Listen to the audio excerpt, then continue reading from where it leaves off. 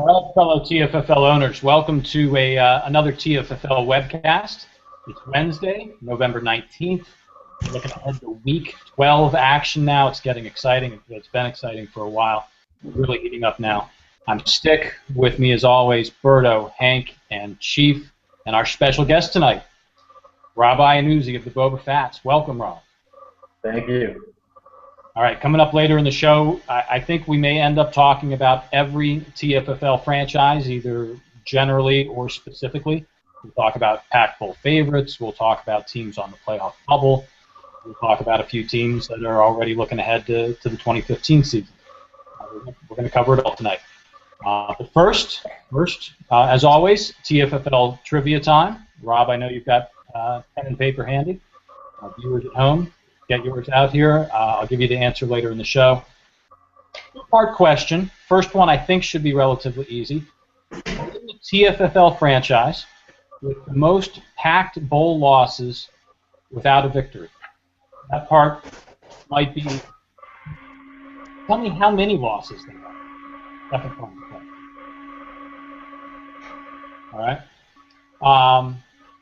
All right, let's jump right into it. One last look at how we got here with a look back to Week 11. Then we'll start looking ahead.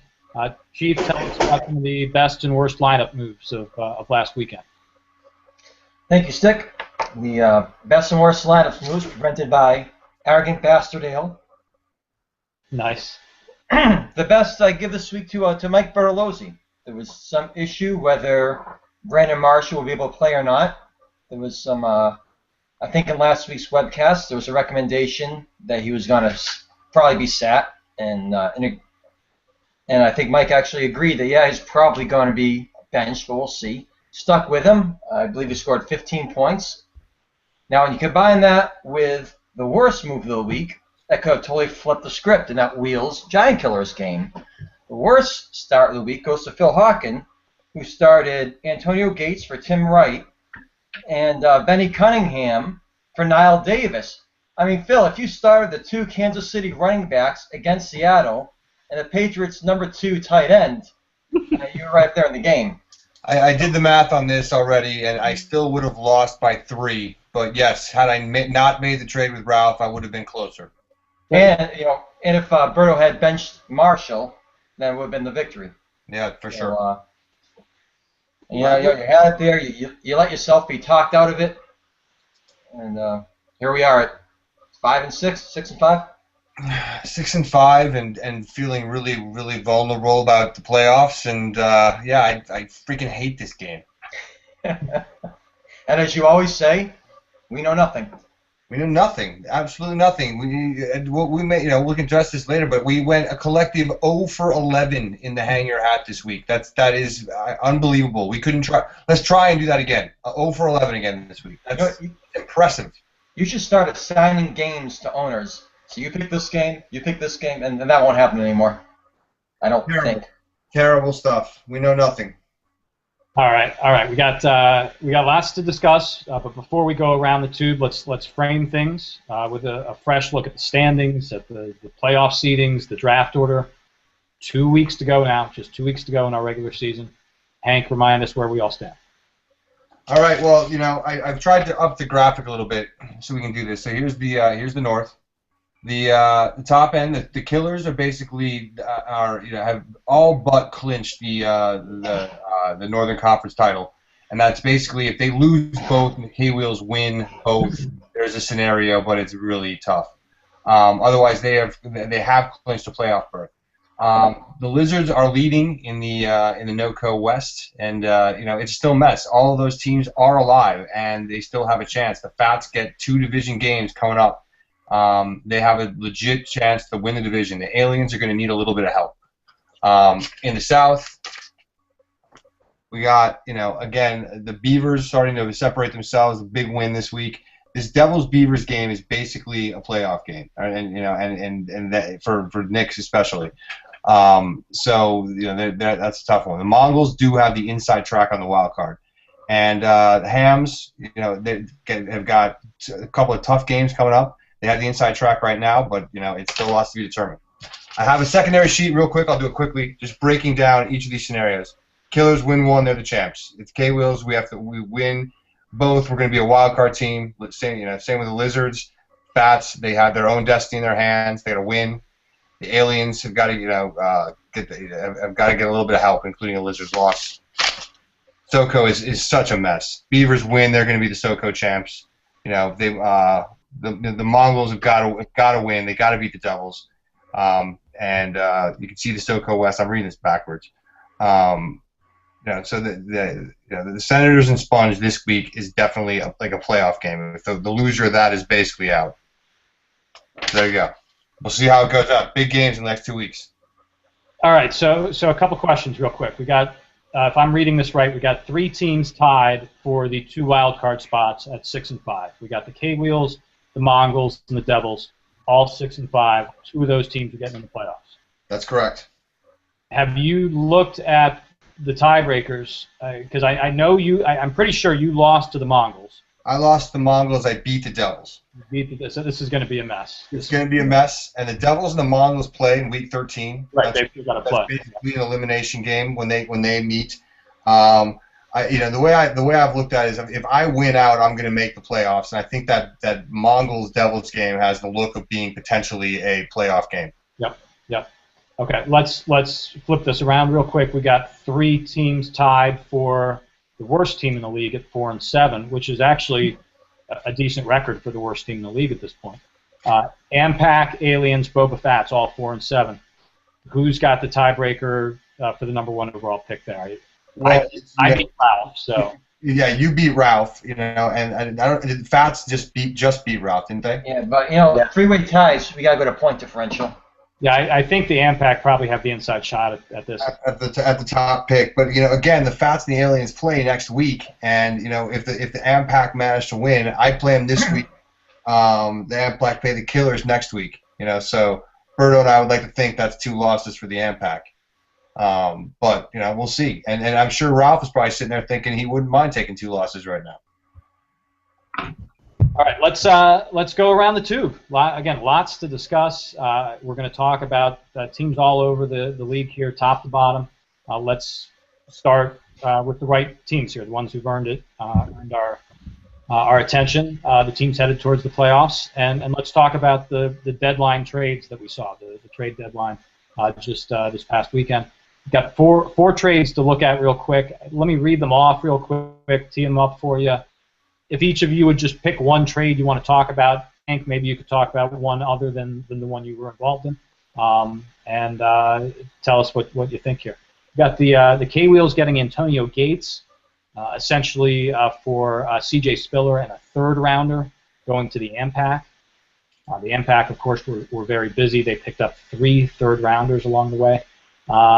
The Steel City Mongols getting Steve Smith, wide receiver Steve Smith from the Ampac. Essentially for a 3rd rounder and Brian Hartline, if you see value in him. The Hormel Hams also doing business with the Ampac, getting Frank Gore, getting C.J. Anderson, getting Alex Smith, the Ampac getting Bishop Sankey, Keenan Allen, and again a 3rd rounder here. The last trade, the 4th trade to consider, the Lizards getting Alex Smith, getting Ben Tate, now with the Vikings, Mike and receiver Mike Wallace. The Hams getting Roethlisberger, Juwan Thompson, and Mason Crosby. So what the Hams end up doing here is getting the 2 Denver running backs, C.J. Anderson and Juwan Thompson. Alex Smith actually ends up with the Lizards via the Ampac through the Hams. Pick one of those you want to talk about, folks. All right, I'll start. I'll talk with the Lizards. The Lizards currently have 20% of their roster manned by 4 Vikings running backs. So that's a lot of Vikings. The Hams made some aggressive moves. They are trying to do something. Trading away Keenan Allen and Bishop Sankey. After getting the number 1 pick. That's a move. We'll see how it pans out for them. But it's clear they decided they were going to go all in this year. So, good for Michael, and let's see how it works. Yeah. I looking at this again, the Hams gave up a lot, in my opinion. So you give up the number 2 pick in the draft this year, and Keenan Allen, who again not having the greatest year this year, but let's face it, stud potential, at least of what he showed last year. That's a lot to give up for a 30. How old is Gore? 32, 31? He may only be 29. Yeah, I think it's 30 after the season. On his last legs, I think. So to me, that was a lot to give up. But I'll say this. Anderson pans out. And I don't know which trade you want me to talk about, but the bottom line is this: Ralph won every trade he completed. It's a lot to give up. Mm-hmm. Ralph did a good job. He did. Ralph won every trade, and by a lot, in my opinion. In my opinion, the number 2 I mean, it was definitely a seller's market. There was really one guy who knew everyone was coming after him. He was able to name his price, and I don't want to knock anyone from chasing a packed ball. During the opportunity, you should do it. Hopefully Thornburg's listening to me, but I think Ralph won every trade handily. So it's good news to Ralph. Agreed. It was a terrible market. It was a terrible market. There was one partner to deal with, and Ralph had all the cards, and it sucked dealing with him. And I admittedly overpaid. I thought you might have gotten the best deal out of all of them, actually. Ralph, and I said this on email, he did an exceptional job getting tremendous value, not really giving up any pieces that he was going to count on next year. 3 third-round picks are going to help him build depth next year.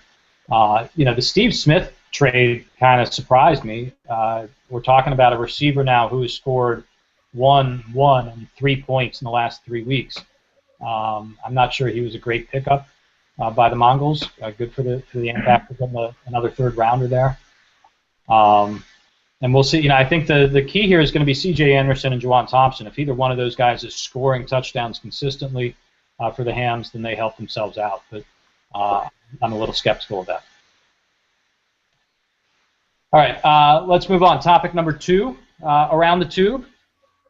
We started talking a lot about the K-Wheels at the start of the year. Spent a lot of our first show talking about them. Thanks to Eye on the TFFL, throughout the year we focused on a lot of individual franchises throughout the league. Yet we haven't really talked much about the Giant Killers. And I'm a little afraid to ask this because I'm not sure how well Berto's connected to us here. He looks a little frozen up right now. But actually, I don't want to talk to Berto. I want to talk to the rest of you. The Giant Killers obviously have the best record in the league. They are the defending champions. Is Berto the best owner in the TFFL right now? We're talking about a guy who went out and made a bold trade and a bold pick for Arian Foster, made a strong move to get Marshawn Lynch, made a bold trade to go get Tony Romo, who's been a great fantasy quarterback, a solid, consistent fantasy quarterback. Rob Gronkowski, a great pick as a 4th rounder, and the results are there to show for it all. Best owner in the TFFL right now? Berto's aggressive. You can't say he's not. I mean, the record doesn't lie. The Pac Bowls don't lie. The fact that he's always contending for a Pac Bowl doesn't lie. I think that any owner would say they're as good as anybody, but I think being objective, you would have to say yes. Based on results, he is the best owner. And Berto's funny. He's never drafting, right? Like he's always drafting in the 4th round as his first pick. I was talking to him about doing some trades. I mean, he doesn't have picks to give, so he's super aggressive and doesn't seem to be building his team from the draft. It's kind of interesting. Well, it seems like he's one of 2 extremes in the draft. I can definitely think of years where he doesn't pick until the 3rd round and gets a guy like I think Zach Sudfeld was the first guy he picked a few years ago. But then when he wants to trade up and get Arian Foster, or this year it was get in position to get a rookie running back like Jeremy Hill, you know Berto's going to find a way to trade up and get to the top of the first round. Yeah, as the guy who's had to play Berto, I think more than anybody over the last 2 seasons, his team gets it done, and it's a bunch of guys who just score, and he's done a great job of putting it together. And Fats made the good point of he never has the first and second round picks, it seems like. So he's done a good job through the trade market, and obviously it's a team that I wish I could beat. I beat him, so. Me too. I've got him. I've got him this week.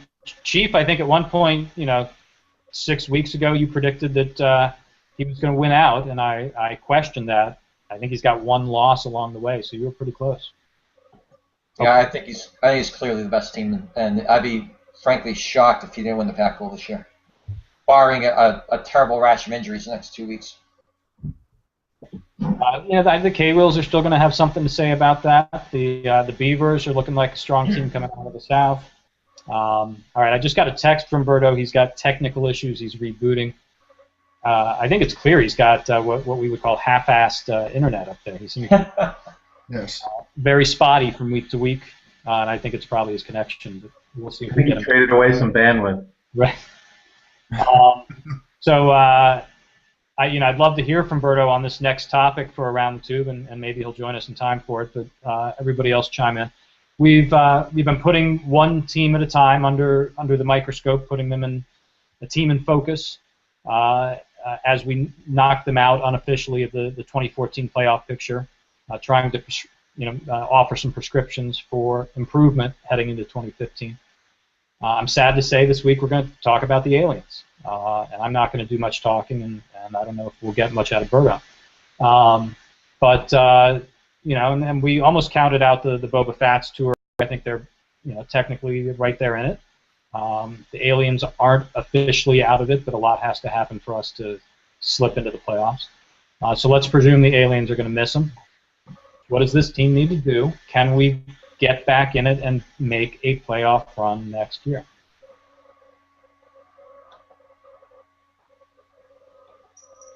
Go ahead. Nick, we said at the beginning of the year, the draft, and even beyond the draft, that you had a team built for 2015, and I don't think the draft changed that. Carlos Hyde, Christine Michael. I think it's clear that Marshawn's not going to be in Seattle anymore. Cordero Patterson. Who knows? Maybe worst case scenario, trade him to the Lizards. But, Bryant certainly looked good the last couple weeks. Jordy Nelson's not going to slow down at all. So assuming you can get a dependable performance out of your quarterback next year, and really that's what's held you down this year, I don't really think anything that, other than a good draft next year, should put you right in the forefront of your division.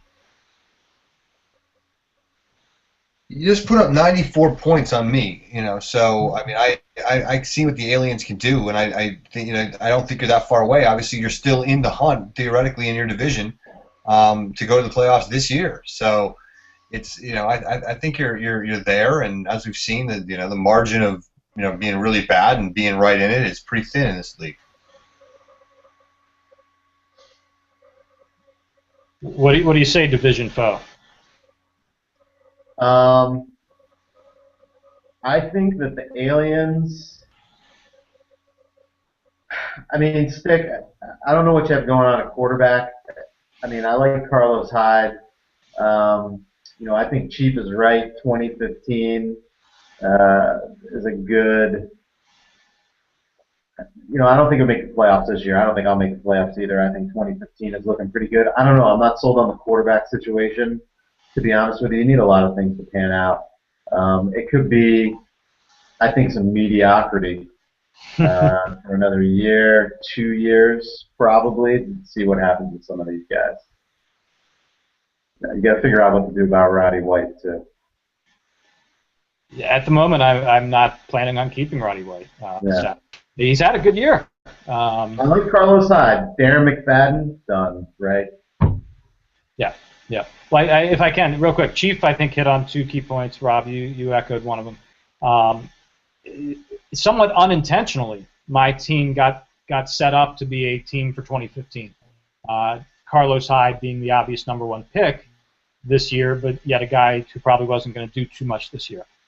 Cam Newton being put in a situation where you just sort of knew this wasn't going to be his year. Christian Michael as a keeper, I guess that's an intentional move on my part, but a guy you knew probably wasn't going to be a star until 2015. So yeah, I'm optimistic. The second point that I would acknowledge is the key is getting a quarterback. The Aliens were successful when we had Carson Palmer in his prime, when we had Kurt Warner in his prime. Since then, been trying it with Matt Ryan, been trying it with Cam Newton, Colin Kaepernick this year. I need an elite quarterback. All of us do if we really want to be successful. It's hard. You guys were talking last week about the running backs. You know, the TFL not a running back league anymore, and what are the key positions? Is it wide receiver? And I think it is, but quarterback is the rock. And you go in circles, and you can just get screwed with a lot of these.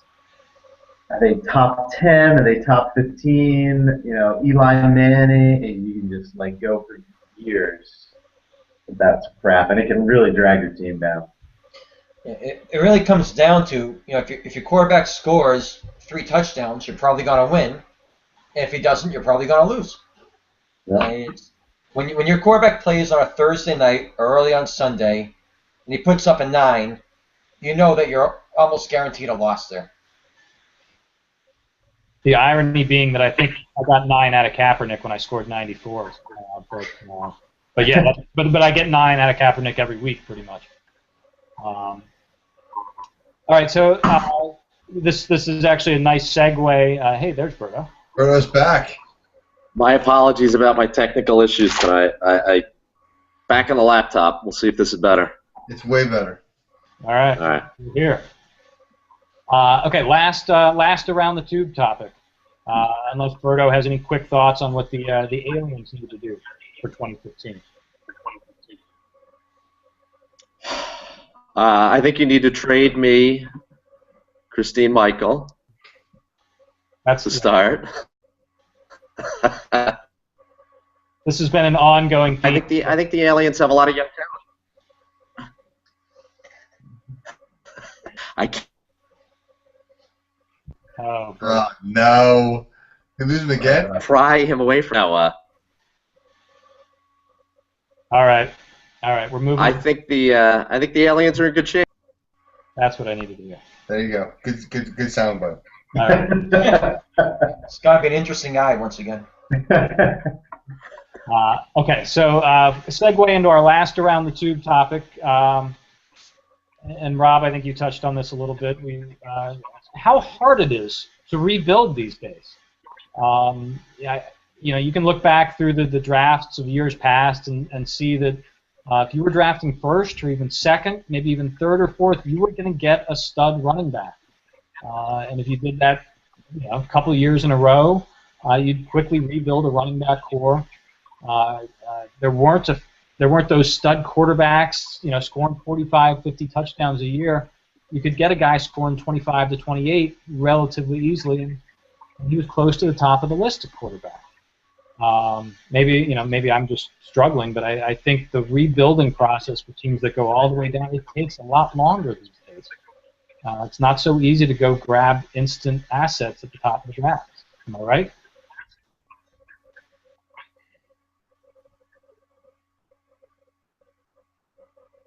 Correct. I must have missed the question. Has it gotten harder to rebuild these days? I don't think so.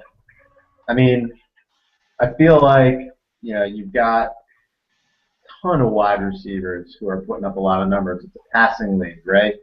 You got guys who are third stringers on NFL teams that would never see a starting lineup in the TFL 6-7 years ago that are in starting lineups now. They're viable starters sometimes.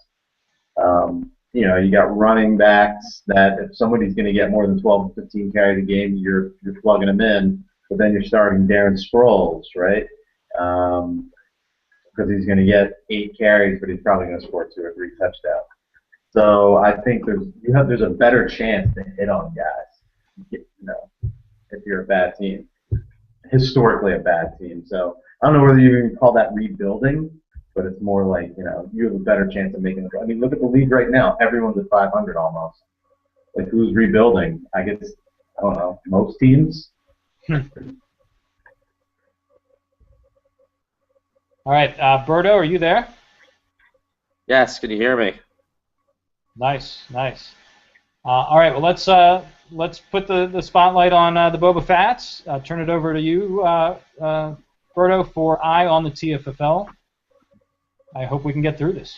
All right. Again, apologies for the technical difficulties tonight, but hopefully you can hear me now.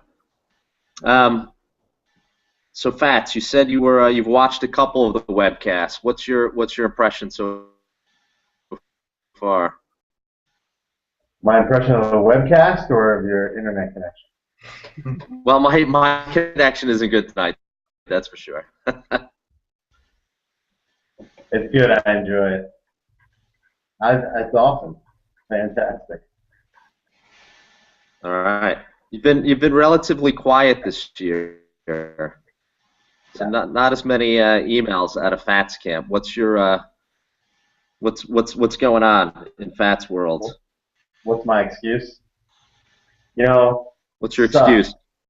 They locked email down at work, so I can't get on Gmail anymore. Okay. Which really was a damper on my ability to converse. Not just in the TFFL, but with a lot of crap. So, life-wise, like bought a new house that needs a lot of fixing. That's a lot of time. Amanda's pregnant, so she's expecting soon, which is a lot of time. So, other than sports stuff, there's a lot of non-sports things happening in life, like a lot of people. But, still putting 110% in it. So.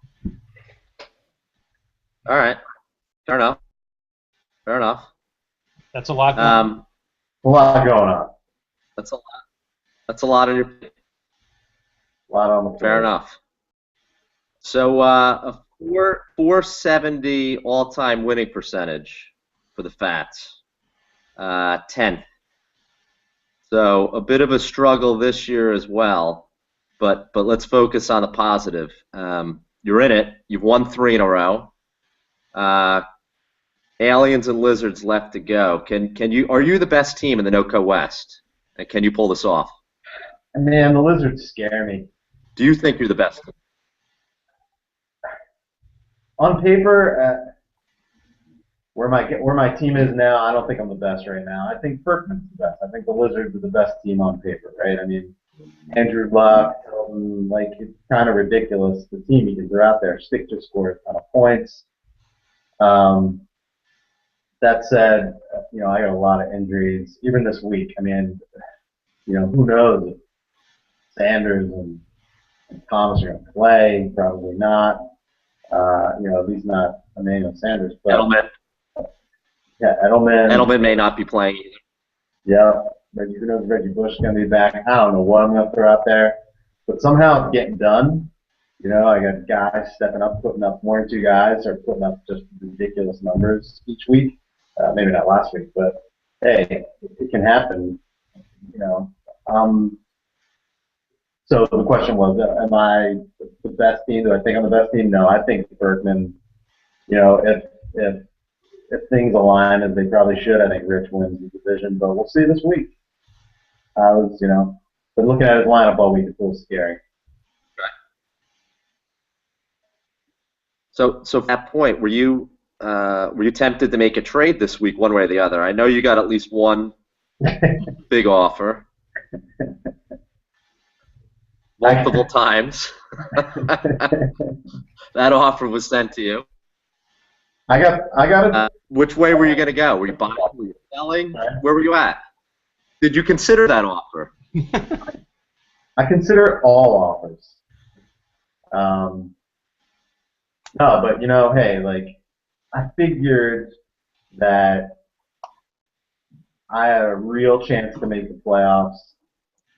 I don't consider myself rebuilding this team. I think I've been bit by a lot of injuries this year. I figured, some of the guys that I was talking to people about, I didn't want to let go. I wanted to keep them. They were core parts of the team.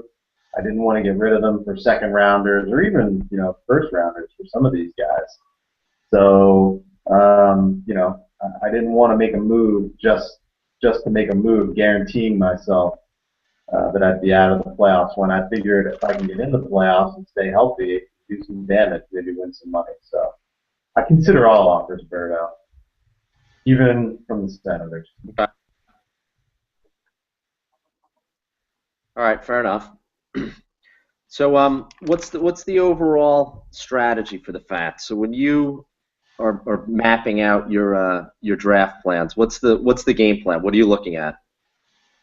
So we've talked in the past about the Beavers, right? So the Beavers having 3 first-round draft picks, not trading them away. Yeah.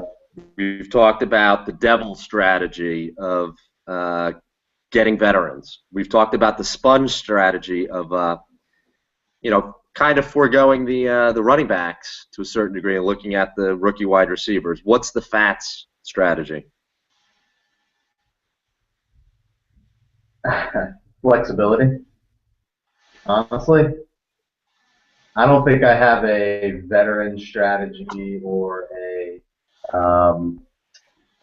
hoarding draft pick strategy. I think that I look at my team, look at my keepers. Where am I the strongest? Where do I need to improve? I'm not afraid to trade first-round draft picks. I don't like, if I'm not in the top 3, 4, 5, I don't like that first rounder. I think they're more valuable to trade them, depending on who you trade them to.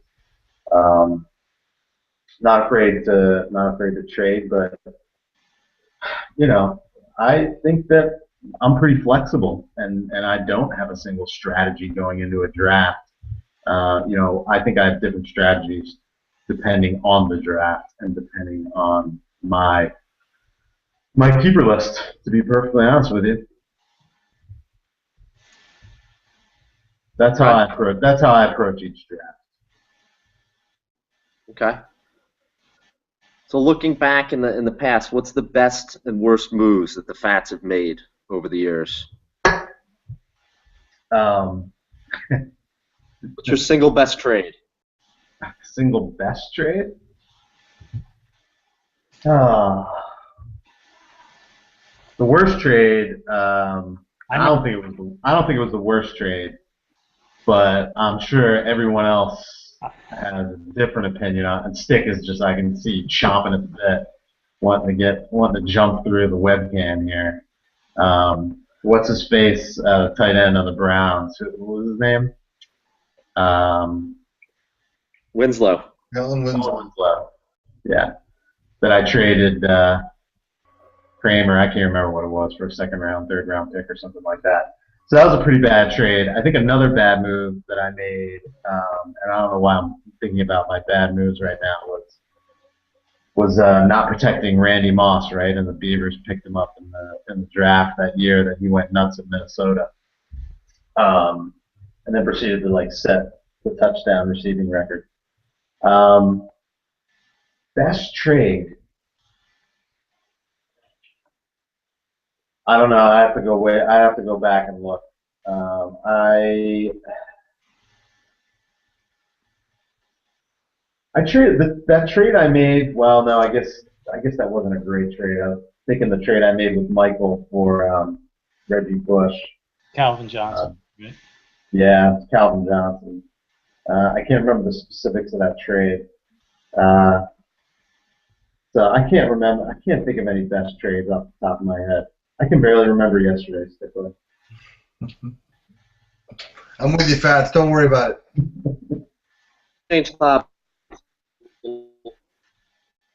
Let's change topics a little bit. Down in Myrtle. Thoughts about where should we go next? What should be another draft? What should we be looking at? What should we do next? For the draft? Are you happy with Myrtle? I know you like the dollhouse. I'm all set with Myrtle Beach. I'm ready to go somewhere else. I would not mind going to, I like the Pocono idea. I like Chicago idea. I think New Orleans would be fun. But I'm all set with Myrtle. Myrtle's fun. It just, I don't know. It is kind of the perfect place, but I'm ready for something new.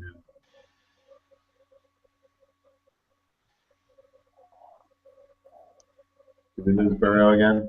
We might have lost Berto one more time. For crying out loud, Berto. So that wraps up the Eye on the TFL segment with Rob Iannuzzi. Well, I know Berto would turn to the panel for questions for Rob. There he is. Berto, you still with us? Am I back? You're back. You're back. Yes. Just in time. Before I run out of internet here. Bill. Yeah. All you. Oh, okay, good.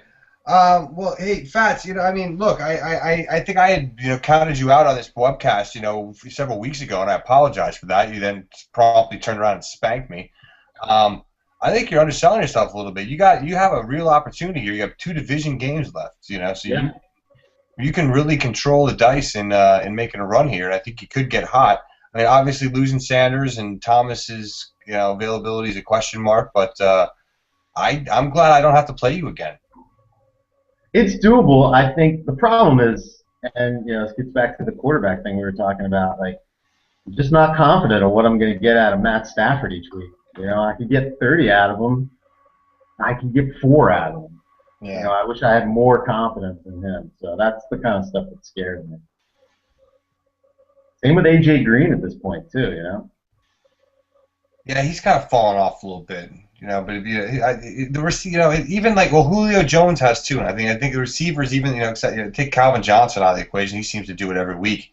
It seems like a lot of the receivers, while getting opportunities, are less likely to deliver week in, week out than a lot of the running backs might be at the top end of the game. Yeah, and it's the quarterbacks too. I mean, look at Andy Dalton, right? He's up and down too every week, so who knows? So I'm not, when I look at my team compared with the Lizards, Rich is getting that consistency from Luck, right? So that's why I'm not really 100% confident. Yeah, and speaking of the Lizards, in the first or second webcast, I shredded Richie for drafting Mike Evans over Sammy Watkins. You just talked about the consistency he's getting on his team, and Mike Evans has been a machine the last 3 weeks. Do I owe Rich an apology? You might, man. That was a big game this week out of Evans. He's had, I think, 5 touchdowns in the last 3 weeks. Mm. I think Watkins has scored a total of 2 points in the last 2 weeks. Maybe he knows something. He might. Well, he's got the Lizards. They play the Fats this week, and they play me next week. So they also control their own destiny, but they got to win. They probably got to win both. And Richie, if you're listening, I definitely plan on beating you next week. So Rob, I'm counting on you to beat the Lizards this week, and then that sets up a 3-way tie heading into Week 13. If I can win this week. I've already beat the Lizards once. Yeah, so. Yeah. So you'd be in great shape, and then you and I would face off in Week 13. Hey, Rob. Okay, 2 quick non-TFL. Think about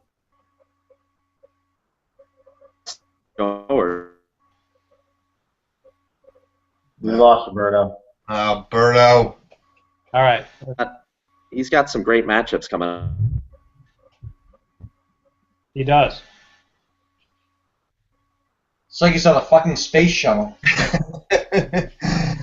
Berto, we gotta get you some BIOS or something. Whatever you got is not working. You're on 14.4K. Now you're back. Back? You're there. I God damn it. Now, but for the longest time while you were talking there was nothing. 9,600 bods of Berto right now. So, Chicago 2 games, Tampa Bay, New England. Stafford can put up some points going forward here. Yeah, Could be in good shape with him. This is the time for him to shine. this is the time for him to shine. You are absolutely right. I mean, I always remember when the Boba Fatts won their last title, it was on the strength of a kind of a fluky, big run by your quarterback. Remember Matt Hasselbeck?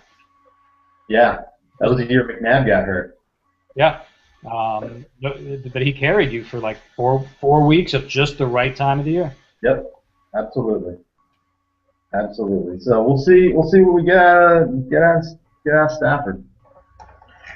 He could be the key to this whole thing. And who, I'm gonna, if Sanders is hurt, Edelman's hurt, Thomas is hurt, I'm gonna be playing guys like Cecil Shorts, who's actually had some decent games of late. So we'll see.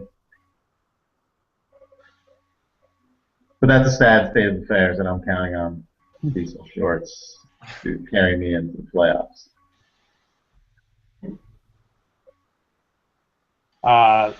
Bordeaux, do you have anything else? No. All right. Let me get my I'm two good. quick non-TFFL. So if your boss were to email you at night, Rob, Yep. I think you should ignore his emails. Come in the next morning. He says, "Rob, I was emailing you all night. You tell him you block your work email at home. Wouldn't that be fair?" Yeah. Sorry, I missed the questions thing. No real question. I think you should just block all work activity when you're at home. If I do. I'm done. I'm done with work at home. Good. How's your dog? They're both good. 2 dogs.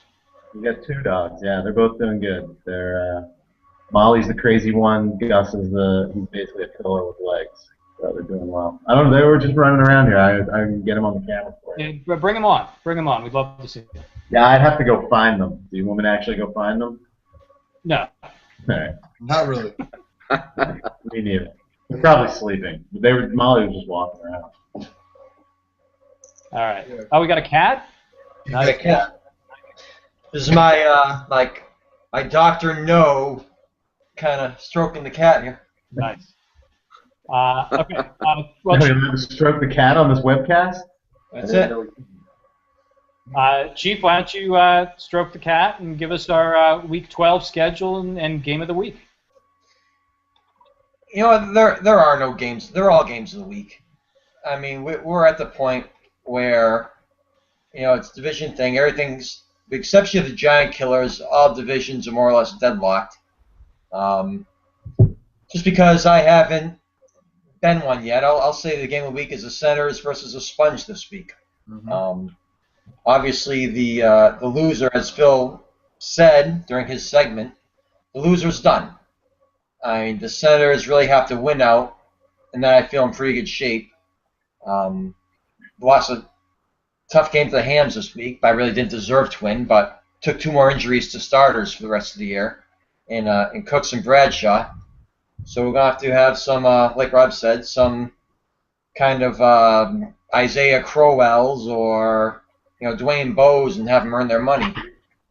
I wish I'd say I was confident, but I think I'd be half lying. Other games, Lizards, Boba Fatts, we've mentioned that. Mongols get the Hams.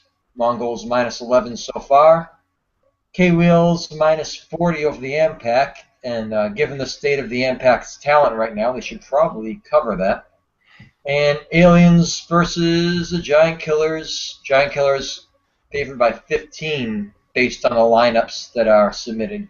And Dirt Devils and the Beavers. Beavers -8 at the moment. And that would be the, I think, the other potential game of the week is that one right there. So we'll say that we're all winners this week. We're all games of the week. But in a more specific, more accurate way, the Sponge and Senators are the game of the week. Yeah, the Sponge and Senators is definitely the game of the week. Well, whoever drops that game really is kind of out of it.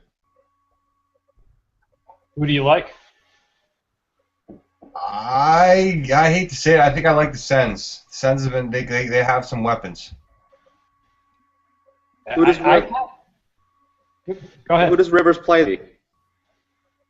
Rivers, who's been St. shooting Louis. the last 3 weeks, is He plays playing against the St. Louis. Mm-hmm. We see the debut of Josh Gordon for the Senators. That's a big part of this. You know, we mentioned last week that the Lizards getting Adrian Peterson back would be the effect of a blockbuster trade.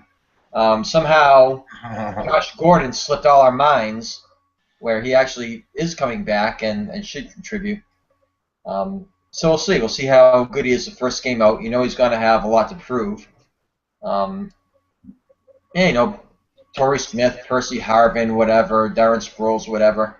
But frankly, I like Tom Brady better than I like anyone else on my team right now.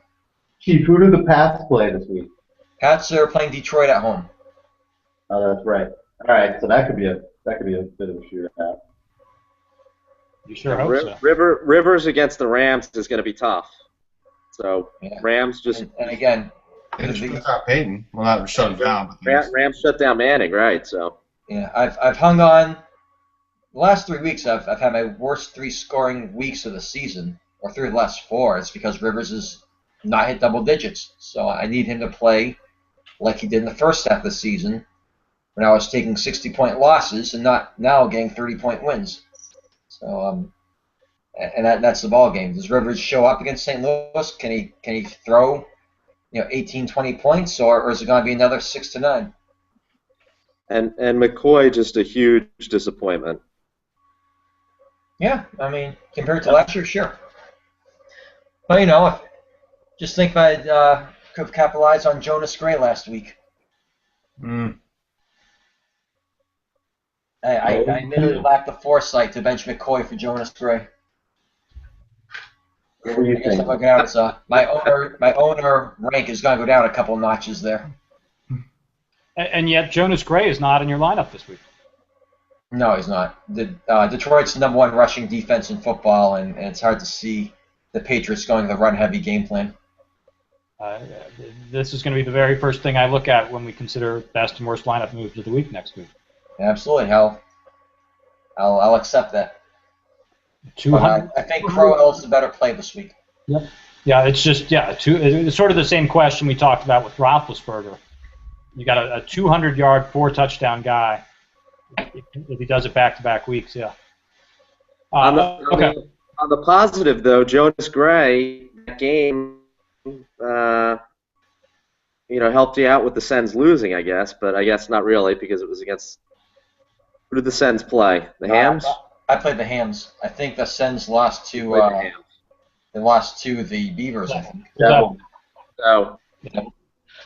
No, yeah. at least that helped you out a little bit.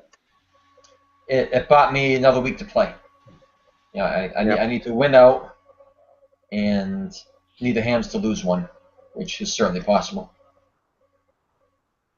Okay, let's get the answer to our TFFL trivia question of the week. Again, a 2-parter. I'm looking for the TFFL franchise that has the most tactical losses without a victory, and I'm looking for the number of losses. I got no idea on this. Yeah, I was stumped. I got the Senators too. I'm seeing the Senators with 2, the Wheels with 2, the Mongols with 2, the Hams. Wow, I thought this was pretty easy actually, because there really are only let me get this right, 3 teams without a Pac-Bowl victory. The Sponge Fishermen, the Mongols, and the Aliens. The Aliens have 2 Pac-Bowl losses without a victory. The Mongols have 1 Without a victory. without a Right. victory. Mm-hmm. And the Sponge Fishermen have not been to a Pac-Bowl. So yeah, the Aliens lost to the AMPAC back, I think, in 2000, and of course to Giant Killers back in 2010. So that's it for the Aliens. Tough question. Yeah, that was a tough one. I'm running out of them without. I actually thought you had won one. I thought it was just the Mongols and I who had it.